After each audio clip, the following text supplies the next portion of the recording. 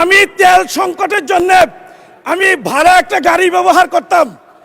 এই সংসদে আসার জন্য এসেছিলাম, ভেবেছিলাম ঢাকায় এসে তেল পাবো। আমি আমার একা তেল না পেয়ে এখানে এসেছি।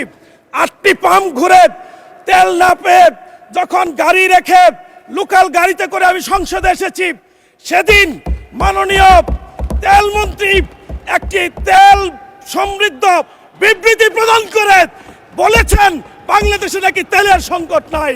আমি আশ্চর্য হয়েছি। আমি নিজে ঘুরেছি, আমি কি দেখে আসলাম, আর এখানে এসে কি শুনলাম। এখান থেকে বেরিয়ে আমি প্রায় গাজীপুর থেকে নিয়মিত আমি বাসে করে এখানে সংসদে আসি। আমি এখানে রাতের বেলা তেল না পেয়ে আমার গাড়ি রেখে লোকাল গাড়িতে করে 3 ঘন্টায় গাজীপুর গিয়েছি।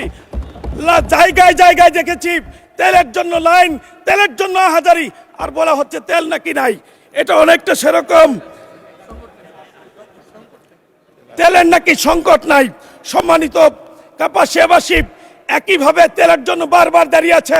আমি জোর দাবি জানাচ্ছি সরকার এই সংকটকে মেনে নিবে, এই সংকট উত্তরণে দ্রুত ব্যবস্থা গ্রহণ করবে।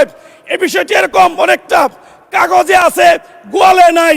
মাননীয় মন্ত্রীর কাগজে বারবার বলেন কোনো সংকট নাই, কিন্তু সংকটের কারণে দেশ আজ বিপর্যস্ত।